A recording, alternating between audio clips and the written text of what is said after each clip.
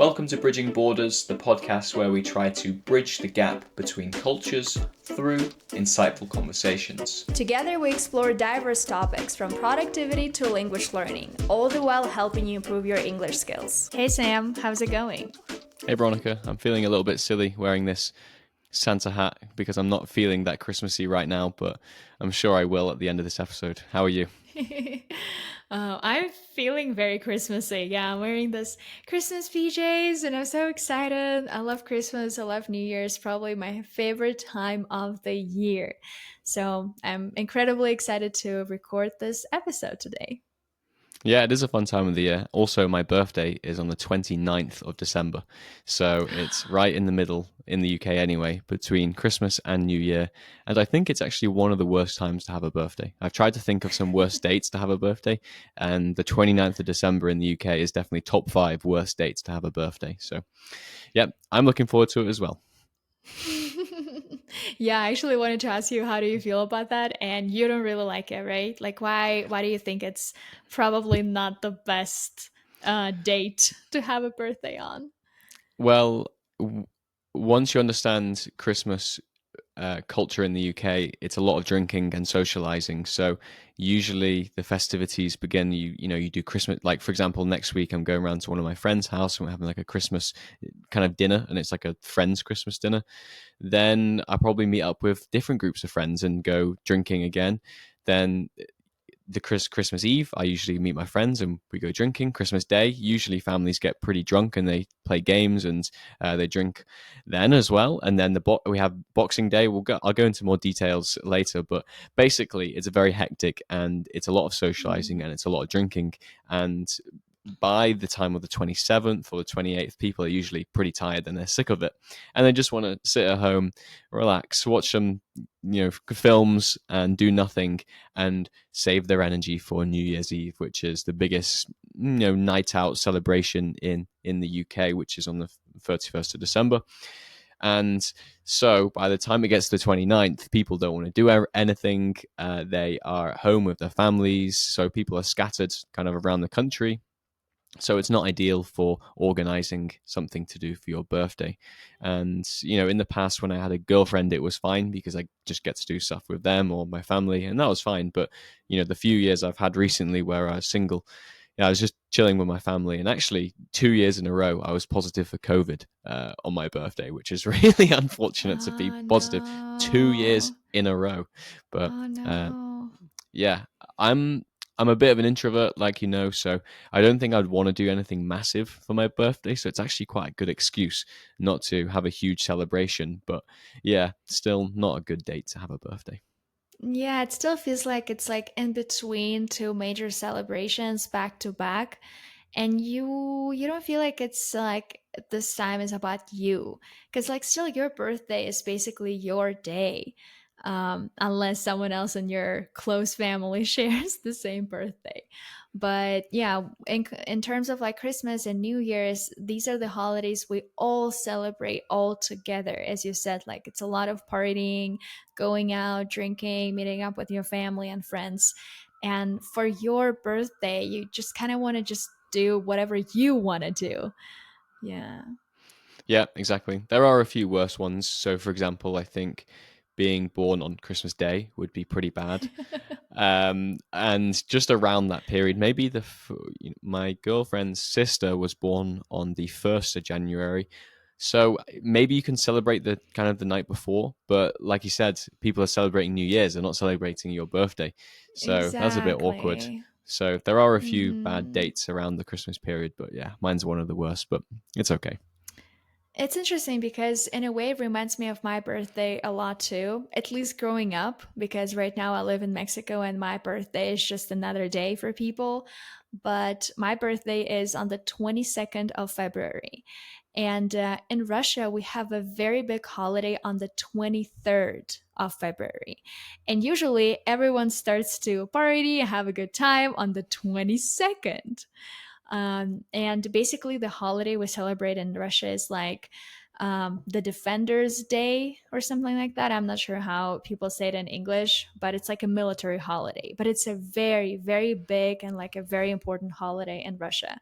And so for me, it was always like, oh, let's wish Veronica a happy birthday, and let's also like, wish all the men in our family like a good day and stuff like that.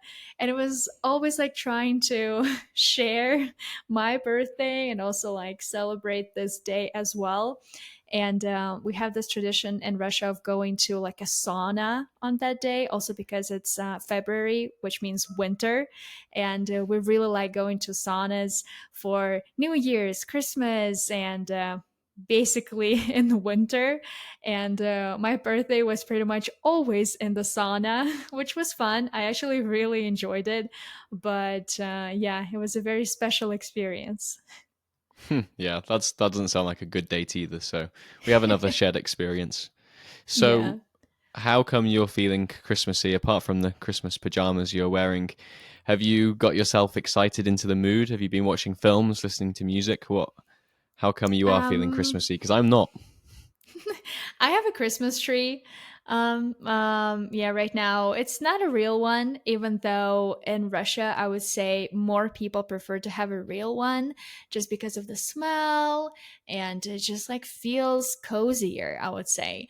I was surprised to find out that in Mexico, you can buy a real Christmas tree too.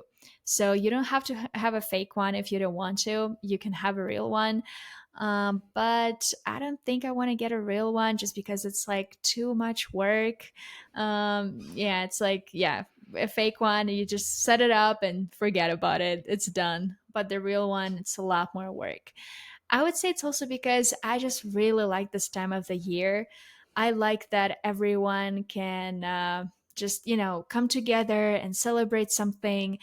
And another interesting thing I think for a lot of people is that for me, the 25th of like 24th, 25th of December, these dates, like culturally growing up, they don't really mean much. As a kid, I knew growing up that, in some countries, that's when people celebrate Christmas. But in Russia, it's very different. And not just in Russia, in some other countries as well, too. But I'm Russian, so that's why I'm going to talk about my experience. So for us, we actually celebrate Christmas on January 7th, because it's a religious holiday. And that's why our Russian Orthodox Church celebrates this holiday on the 7th of January. And so for me, first, as a kid, I would always celebrate New Year's and then Christmas. That's something I'm used to. And now I have to kind of reprogram myself because in Mexico, obviously, people celebrate it in December. And I'm like, oh, yeah, Christmas is coming. It's soon. It's right now. It's not in January. So it's definitely a very interesting thing.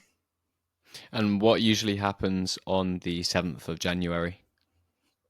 So I think I would probably start with New Year's because most things that people do for Christmas in December, on the 24th, 25th, that's what we do for New Year's. Like Santa Claus, all of that, getting together, having a dinner, blah, blah, blah. We do all of that for New Year's. So we decorate our homes, we have, well, in Russia, we call him Father Frost. It's not Santa Really? Claus, it's Father Frost. Wow. Exactly. Yep. And we also this Father Frost has a granddaughter. So his granddaughter is called a snow maiden, if you Wow. like translate it literally, right? So they are kind of traditional Russian characters that are associated with the new year, and they're very important. Like Father Frost is similar to a Santa Claus. The only difference is that Santa wears red stuff, like red clothes, but traditionally, Father Frost is supposed to wear blue clothes. So he's wearing like a blue robe and stuff like that. So it's like dark blue. It's not red. And and the Snow Maiden is the granddaughter, like his granddaughter, who's responsible for giving gifts to children. So we don't actually have elves. We have the Father Frost and his granddaughter, and that's pretty much it. Yeah, I think I don't know if this is true or not, but I've heard that traditionally Santa Claus, which I think he's called Saint Nicholas in Mm, olden language. yep. I think he used to wear green, but Coca Cola in Oh, advertising turned him red. oh wow! I didn't know about that. That's so interesting. Because yeah, we I don't know if you get shown them in Russia, or I'm guessing in Mexico they probably do because Coca-Cola is really popular in Mexico. I've Yes. heard that there's always like a Christmas Coca-Cola advert, and he's wearing red, of Mm-hmm. course, Coca-Cola Of course. colors. But yeah, And I think right now, because of Coca Cola, a lot of things are changing in Russia too. Like you can find a lot of Santa Clauses everywhere instead of like Father Frost wearing blue, like a blue robe. Yeah, for sure. Like many kids now associate this holiday with like a person, Santa Claus, or Father Frost wearing something red instead of blue. But yeah, if we talk about traditions, it should be blue. yeah. But I think right now it's probably changing. Yeah. And you said that his maiden gives the children presents, but in the UK we understand it as Santa Claus flies around on his sleigh in the night, and he comes to every single house. I don't know how he manages it; it's a lot of work around the entire globe, and apart from the countries where they don't celebrate on the 25th, of course. And he goes down the chimney, so the thing where kind of the goes down the chimney that is above a fireplace where smoke goes out of a house. Some houses, a lot of new houses, don't have chimneys, so I don't know how he gets into those houses, but he's traditionally supposed to come down the chimney and creep around your house and leave presents under the tree. And I don't know why anyone has ever been okay with a random person coming into your house in the middle of the night and people just to think that's okay, but yeah, apparently so. What about drinking milk? I think that's also something that maybe I saw online. Is it something that happens in the UK, or it's more like an American thing? Because like Santa Claus should like drink a glass of milk and eat a cookie, and that's why like many kids they leave a glass of milk and a cookie for the for Santa to eat. Is that Yeah, true? yeah, definitely on the 24th, you're supposed to leave a carrot for Rudolph the reindeer to Ah, eat okay. because, he's been pulling along that sleigh all night, so he's going to be pretty hungry. And you leave a drink. So I think traditionally it is a glass of milk, but I think my parents did a glass of red wine because What? obviously they drank it. So yeah, spoiler alert. But Oh, they yeah, wanted they, to get Santa drunk. They're like, exactly. here's some red wine for you. Yeah, exactly. He's going to be caught by the police for drink driving. Oh wow, that sounds so interesting. Okay, so basically, yeah, as you can see, we have many similar things, but they're happening at different dates. Because all of those celebrations that people usually do for Christmas in the UK, we do them for New Year's. We do the countdown, that's what everyone does because it's the new year, you count down for the new year. But fireworks, we do all of that. So I feel like in Russia, we kind of fit two holidays into one most of the times, to be honest. We exchange gifts, and everything happens on New Year's. So the first January 1st, we exchange gifts. Like kids wake up, they see the presents under the tree, all of that. But in terms of Christmas, it's mostly a religious celebration, and many Russians they just attend church services on Christmas Eve and Christmas Day, and that's pretty much it. Maybe some people might exchange additional presents, but not necessarily. It depends on a family. Sometimes people eat special dishes. And a lot of people observe a period of fasting leading up to Christmas, to the Christmas feast. But I feel like right now, fewer and fewer people actually do that just because, before Christmas, before January 7th, you have this big holiday, New Year's, and obviously many people, they go crazy, they eat a lot, they drink a lot. So some people still observe fasting, absolutely, yes, leading up to the Christmas feast, but many people don't. And another interesting thing that I feel like some people still do, but I feel like my parents' generation would do a lot for Christmas for January 7th is go caroling from house to house. So they would sing traditional Christmas carols, and they would like try to, for example, my mom would tell me that when she was a little girl, she would do something with the chickens to try to see if she would like marry a nice man or something like that. Yeah, this is something that people would do for Christmas, especially because she grew up in the village. So it was even more traditional. They would like go into the chicken coop and try to catch the chicken. If you catch the rooster, it means you're gonna marry well. If you catch a chicken, it means you're not. So a lot of those things, and honestly listening to them is just super funny. It's just like, oh my god, this is so funny. But my mom would say obviously they didn't actually believe all of those things. It was more like a good time, to spend time with your family, your friends, have fun, catch some chickens, and yeah, that's pretty much it. And see if you're going to marry well. That sounds a Exactly. stressful time. Poor chickens, actually, I and a know. rooster, because everyone wanted the rooster, obviously. So I feel Yeah. bad for them. Yeah, and that's I thought Christmas caroling was just things you see in American movies. I didn't think people actually do it. I'm sure it does happen in the UK, but I've never experienced it.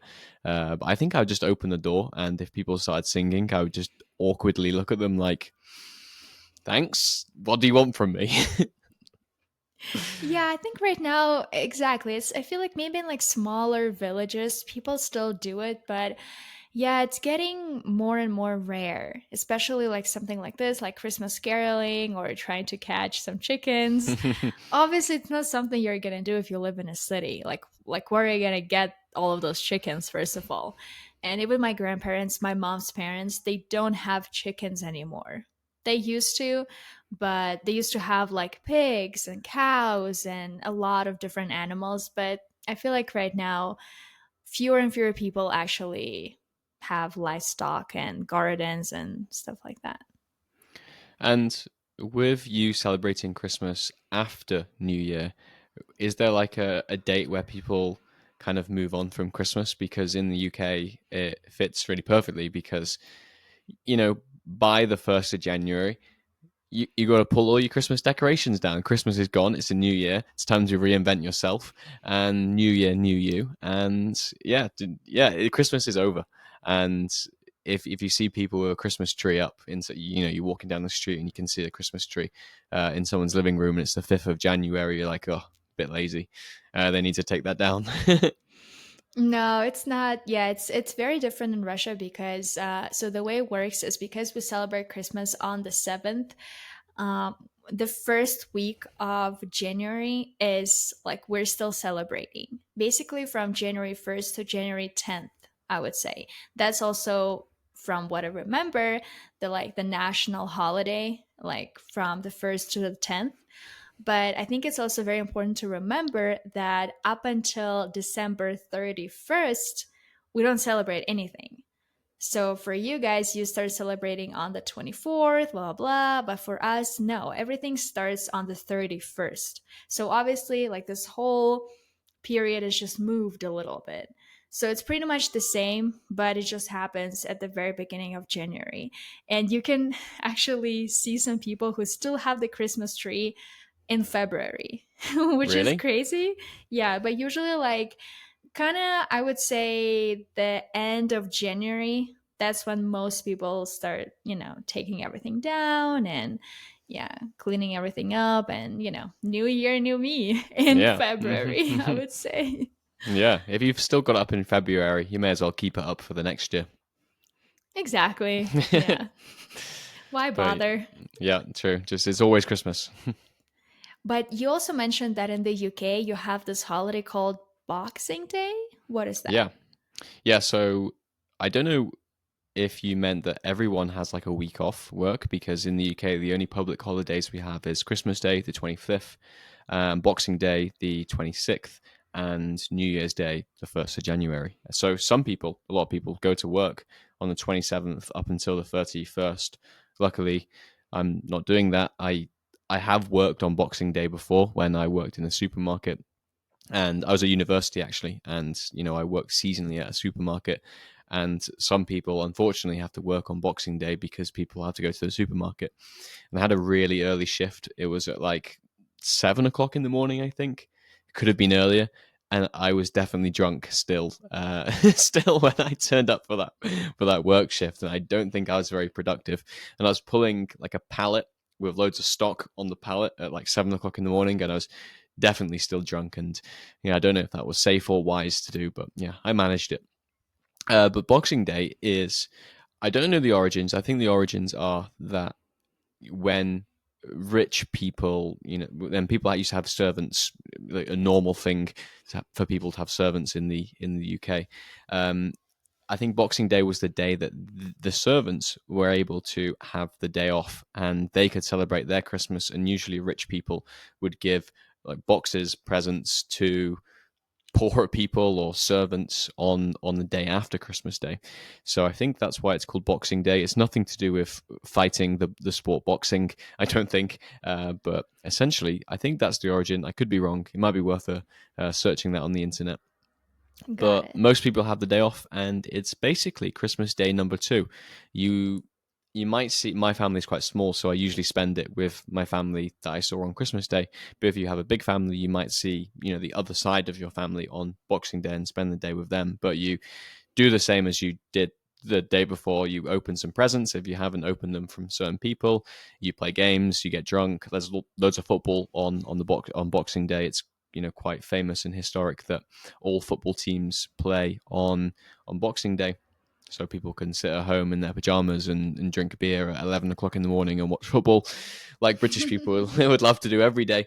And yeah, you eat the leftovers from yesterday, and you eat your weight in chocolates. So yeah, so it's a good Nice. day. So you mentioned eating the leftovers, and Hmm. I immediately got interested in what you usually make for Christmas and New Year's. Do you have some traditional foods that like every single person has to make? Because in Russia, we definitely do. Yeah, so we have a thing called a Christmas dinner, which is basically the main dinner that you kind of meal that you have on Christmas Day. You can have this early afternoon, usually, so between 1 o'clock and I guess 5 o'clock. Most people don't really have it later than 5 o'clock, but it's like a Sunday roast or a Sunday dinner, if people know what this is. And this is just an arrangement of meat, and on Christmas Day, it's turkey always. Then we have potatoes, usually roast potatoes, and some vegetables. So you might have carrots, you might have parsnips, you might have something, a vegetable that most people don't like, but we eat it anyway, called Brussels sprouts. Oh, And I love Brussels sprouts. really, yeah, they're kind of notoriously disliked in the UK, and people only ever eat them at Christmas time, which is quite strange. We have things called pigs in blankets as well, which is like a little sausage with some bacon wrapped around. It's a Yeah, I nice know that name, a one. pig in a blanket of its own body, which is a bit disgusting, but yeah, they're very nice, and some stuffing, gravy, of course, and some Yorkshire puddings. I don't know if Yorkshire puddings actually belong on a Christmas dinner plate, but they're really nice, so I'm happy to see them. But that's about it, yeah, and roast potatoes. But that's it. We do have some of like desserts, like a Christmas pudding, but they're not really that interesting. But the main meal is a Christmas dinner, and you have to eat turkey. What about in Russia? Yeah, in Russia, we also have a lot of traditional dishes, and some of them sound a little bit weird. So get ready for it. First of all, we make a lot of salads with mayonnaise. Like that's a big part about, I feel like a lot of Russian salads, maybe even most of them, to be honest. Of course, we have some traditional Russian salads that, do not include mayonnaise, but if you don't like mayonnaise, you're probably not going to like any of the most traditional Russian salads. So, the first one that has a very weird name, well, if I'm translating it into English, it's going to sound like herring under a fur coat. So, Wow. we eat this fish, herring, and the fur coat is basically on top of it, we put boiled potatoes, carrots, beets, onions, and mayonnaise. So the salad is like made with layers. We layer everything on top, and in between every single layer, we add mayonnaise. So it looks cool. It looks very colorful because of the carrots and beets. And some people really like it. It's definitely a very flavorful dish, like a very flavorful salad. Another one we have that is extremely traditional is called Olivier salad.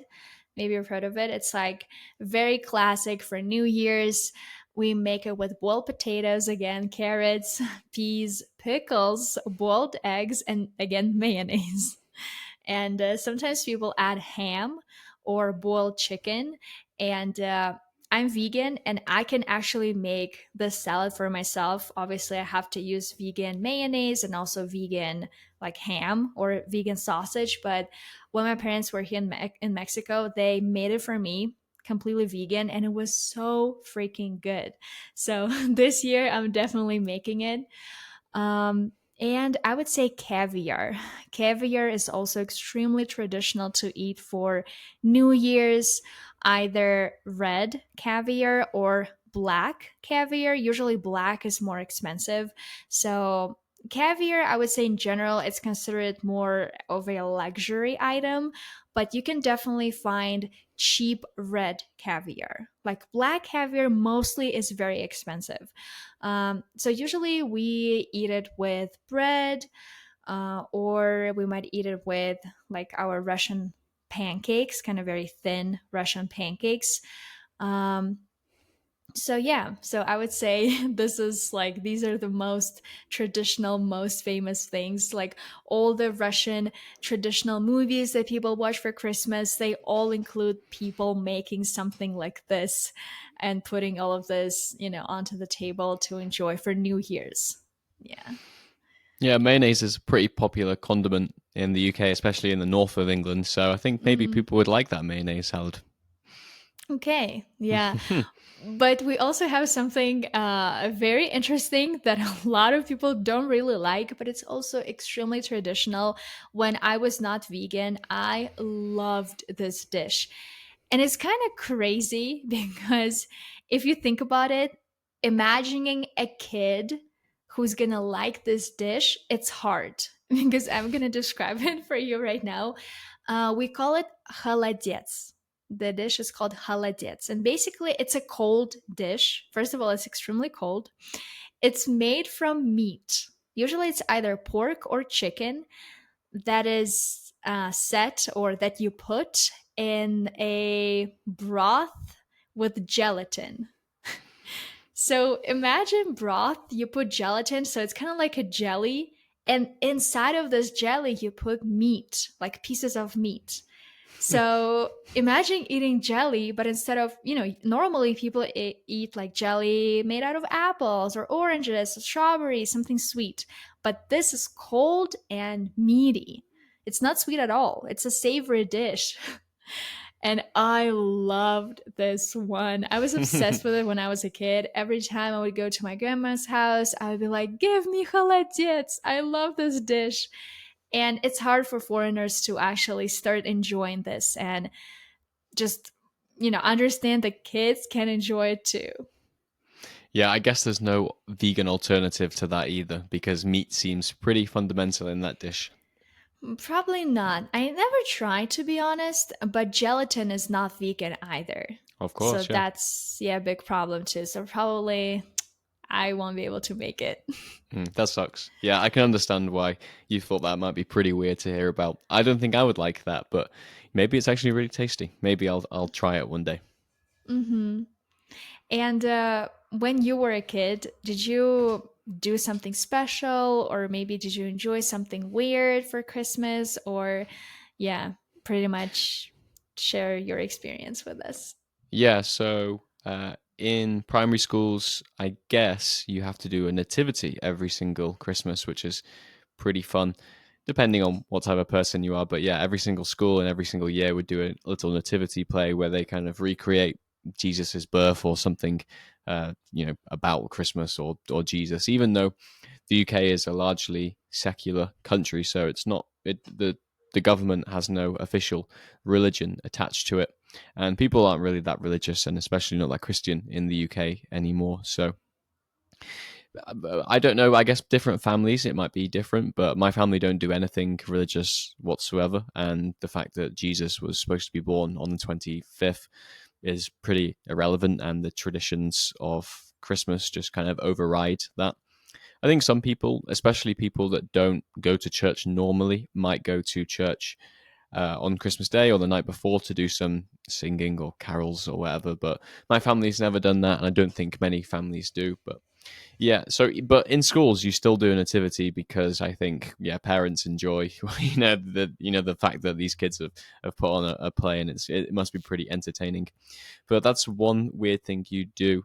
Another weird thing is usually there's like someone who's been paid to be Santa Claus, and they will sit in like a shopping center, and they'll be there, and you can, a parent can take their kid to meet Santa, and for some reason he's just in this random shopping center in whatever city or town, and then he's also in other cities and towns all over the UK as well, doing the Yep. same thing. So you can go sit on his knee and say, Santa, I want a skateboard for Christmas, and he's like, well, if you're a good boy, then you can get it, and he probably has to do that all day.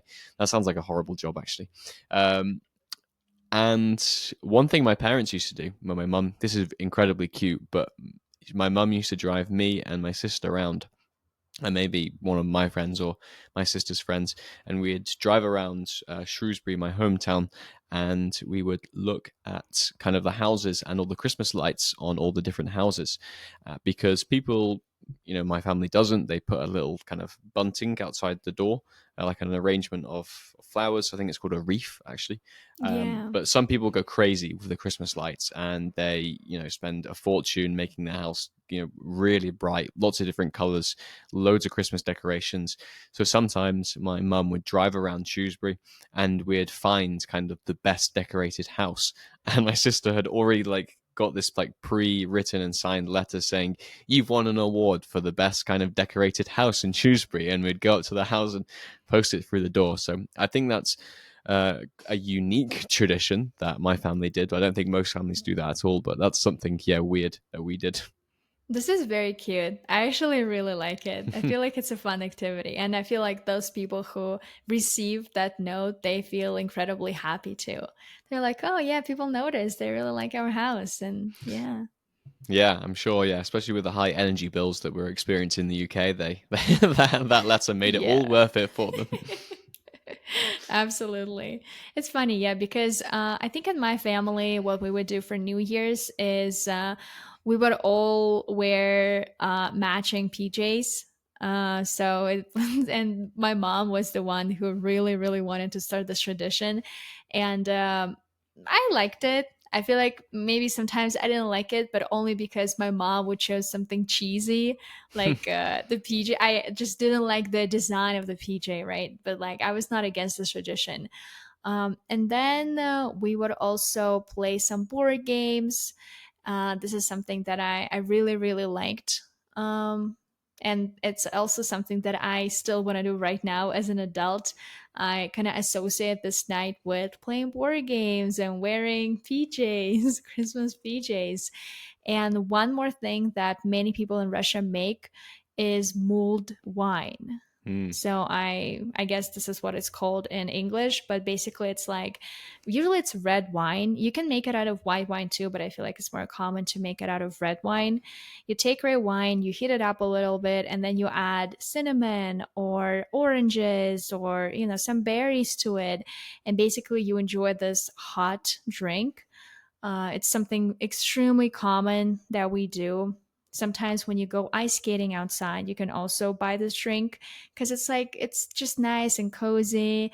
It warms you up from the inside, and it's also something that we often make, and that's why I'm definitely gonna make it. Yeah, here for New Year's. Yeah, mulled wine is popular in the UK as well, and we usually in the cities we have Christmas markets there, and they're kind of like a copycat of German markets. But there's lots Mm. of like wooden stools, and they sell food and alcohol, and a lot of people drink mulled wine there. But yeah, it's It's a nice drink. I think I like red wine now, but I've only recently started liking it over the last maybe 2 years. But yeah, it's popular in the UK as well, actually. Do you remember when you stopped believing in Santa Claus? Um, yeah, one of my friends told me because I don't know how old I was. I can't, recall the specific age, but one of my really close friends, or my best friends at the time, had an older sister, and she found out and then told her brother, and then he told me. But yeah, I was pretty devastated. I was pretty sad too when I found out. I was around 10, 10-ish, 10, 11. And I still believe in Santa Claus. I feel like many kids right now don't believe in Santa Claus when they're 10 or 11, but I did. But then I don't remember how I found out exactly. I think I started noticing that not every single one of my wishes came true because sometimes my mom would sit down with me to write the letter, to Father Frost, and we would do it together. But then the older I got, I was like, I'm actually not going to tell my mom. Like, I actually want to keep it to myself. I'm going to tell Father Frost, Santa Claus. And many things my parents, like, I would tell them, oh, I want this, but in reality I didn't actually want this. I just wanted to tell them, and like, so that they leave me alone. And then under the Christmas tree I would find that thing that I told my parents about, and not the thing that I actually wished for. And I was like, wait, Santa, something's going, something is like, I've been behaving really well. What's going on? Tell me. And then I found out, I asked my parents, and they're like, well, we had to talk to you, but don't tell your sister, because I'm the oldest one in my family. I have a sister and a little brother. So my parents were like, well, don't tell your sister and your brother. They still believe in Santa Claus, so make them believe. Yeah, it's a pretty traumatic moment for any child to go through. But yeah, my parents used to buy me a present, me and my sister a present, and then have like I can actually see them right now, like a big stocking, and that would be under the tree, and then they would fill that up with small gifts, and then they would be from Santa. They actually still do that, but obviously they're not under the belief that it's from Santa. Oh, I love it. Yeah, I also wanted to ask you, when is the spirit like Christmas, New Year's? Do you think you need snow to feel Christmassy, to feel like, oh, yes, it's Christmas? Does it snow in your city? Um, It doesn't. It does sometimes, not every year, but definitely does add to the Christmassy feel. So last week I was in the Lake District, and it was snowing there, and it did feel more Christmassy all of a sudden because there was snow. And then now the snow's gone, it feels less Christmassy. But absolutely, it doesn't snow every year, and if it snows on Christmas Day, where it's actually snowing, it's like it's like a Christmas miracle. Wow, it's snowing on Christmas Day because it doesn't always snow in the UK in winter, and especially not in December. Like this year, it snowed in like March or April, which is What? quite late. March or April? Wow. Yeah, so it's always nice if it does snow, and it definitely does add to the Christmassy feeling, but it's not a guarantee, unfortunately. That would be nice if the government could control the weather and force the snow down on Christmas Day. That would be great. Yeah, I feel like for me, I really miss the snow living in Mexico. I only miss the snow for Christmas and New Year's, and that's it. I don't miss the snow in general. Yeah, I think probably it's because, again, like growing up in Russia, mostly, and especially when I was a little kid, I lived in the north of Russia. And in the north of Russia, we had a lot of snow in December because it would start snowing and like at the end of September. So by December, we would have lots and lots of snow. And normally, we would also go to a sauna. And when you're in the sauna, it's pretty hot. And then we would run outside, like in bathing suits, and just jump into the snow. And that's a pretty fun experience because it's so cold, and the snow actually hurts your skin, but it's exciting in a way. And then you run back into the sauna and it's hot again. So this like combination of hot and cold, I really enjoyed it as a kid, and I really miss that. So probably next year I'll try to go somewhere where I can have the same experience with a sauna, with snow, because I feel like that's something that I miss a lot. Yeah, that sounds really fun. So this year you're staying in Mexico for Christmas. Yes. Okay. How do you feel? Is this your first? I know you've, lived away from Russia for a few years. Have you spent other Christmases away from Russia and your family? Yes, because I think I spent New Year's a few years ago when I lived in Ukraine. So I was there for New Year's, and there was a lot of snow where I lived. So it was great in terms of the Christmas atmosphere. I think I also last year I was in Mexico. I was in a different town in Mexico for Christmas for the 25th of December. I was actually surfing, so there was absolutely no Christmas vibe whatsoever. It was more like vacation, relaxation vibe. But this year, I want to just be in the city, in Mexico City. Obviously, there's no snow here. It's pretty warm for Christmas, for the Christmas that I'm used to. But I'm still excited because if I go to a mall, everything is decorated. There are also like you can find a Santa Claus sitting there and like the kids, all of that. So it's still pretty nice, and I like it a lot. Yeah. And do you indulge in Christmas music and Christmas films, or is that too much for you? I would say only December 31st. So, like that Hmm. day when I'm like maybe making food, preparing like all the dishes to celebrate. That day, yes. Because maybe it's also like something that I'm used to because of my family. On that day, we would just watch a bunch of Russian, like New Year's movies, like Christmas movies. And it's something that I'm used to. But mostly, I would say no, just because I just associate this more with December 31st, preparing for New Year's. Yeah, I really like Christmas films only in a very specific period of maybe the Hmm. 20th onwards up until the 25th. I might allow myself to watch Home Alone or Elf or some other classics, but yeah, I don't love a Christmas film. My girlfriend tried to get me to watch a Christmas film last night, and we just finished watching a TV series called Band of Brothers, which is it was like 10 hours, and it's following a like a battalion in World War II, like an American. It was like an American war TV series, and we ate some dinner, and she's like, "Oh, should we watch a film?" I was like, "Yeah, sure." And she's like, "What about a Christmas film?" I'm like, I can't just switch from watching. We binge watched this TV program from about World War II into a Christmas film. I need something. I need a happy medium in between. But I do enjoy it. I do enjoy a Christmas film a bit nearer to Christmas. And Yeah. then music, I'm not a fan because I used to, like I mentioned, I used to work in retail in supermarkets. You know, during the Christmas period sometimes. And if you work in a shop or retail during Christmas, Christmas is not as fun as or the other people that don't work in retail because you have to listen to like Christmas music from the 1st of December for the entirety of the month and you're just sick of it. And by the time it gets to January 1st, you're happy it's over because there's more stress, there's more people wanting things. There's Hmm. more people in the shop. People are going a bit, panicking because they haven't got all the food for Christmas Day. It's just so much more stress, and then you have to listen to these awful, god awful Christmas songs over and over and over and over again. And yeah, by the time you get to Christmas, you're actually sick of it and you want it to finish. So I'm not a fan of Christmas music. I am a fan of Christmas films.